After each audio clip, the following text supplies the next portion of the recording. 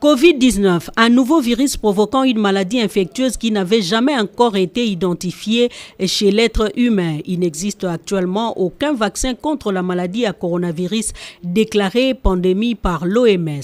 Si le monde a enregistré près de 900 000 cas confirmés avec près de 50 000 décès, en République démocratique du Congo, l'on compte environ 150 cas dont 11 décès. Un nombre qui pourra être revu à la hausse dans les prochains jours suite aux contacts identifiés et aux travaux sur des cas confirmés positifs. Parmi eux, aucun enfant de moins de 17 ans. D'où la question de savoir si les enfants peuvent-ils être touchés par la pandémie, la développer ou la transmettre.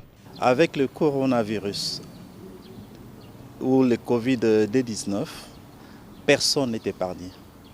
Tout le monde est susceptible de développer la maladie lorsqu'il contracte le virus en question. Mais la particularité en est que les enfants font la forme moins grave de la maladie, la forme asymptomatique, mais ils peuvent transmettre aux autres enfants et aux personnes adultes.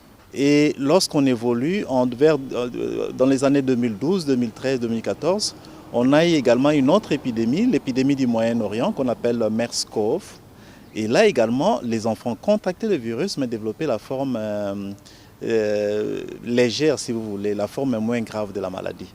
Donc, avec l'épidémie actuelle, avec la nouvelle maladie, ou la maladie à coronavirus du mois de décembre 2019 ou Covid-19, on remarque la même chose.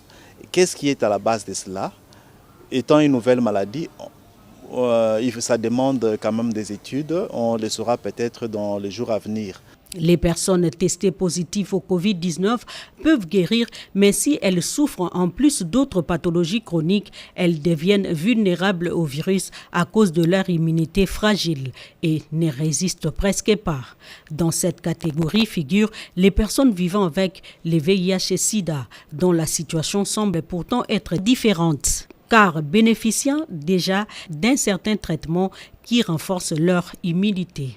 Les personnes qui développent une maladie chronique, étant déjà déficitaires, avec une maladie virale, ça aggrave encore le déficit immunitaire et ces personnes-là peuvent se retrouver dans des services de réanimation.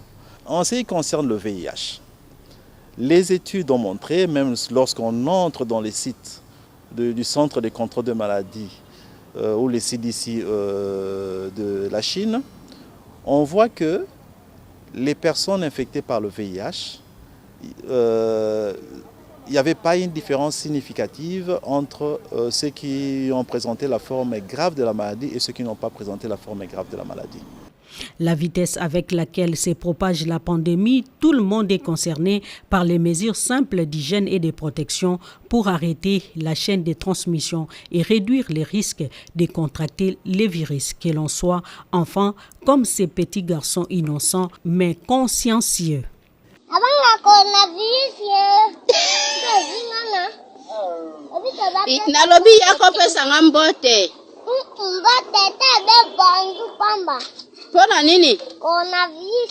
Dans les contextes actuels, le choix qu'il faille opérer, c'est celui d'appliquer des mesures barrières.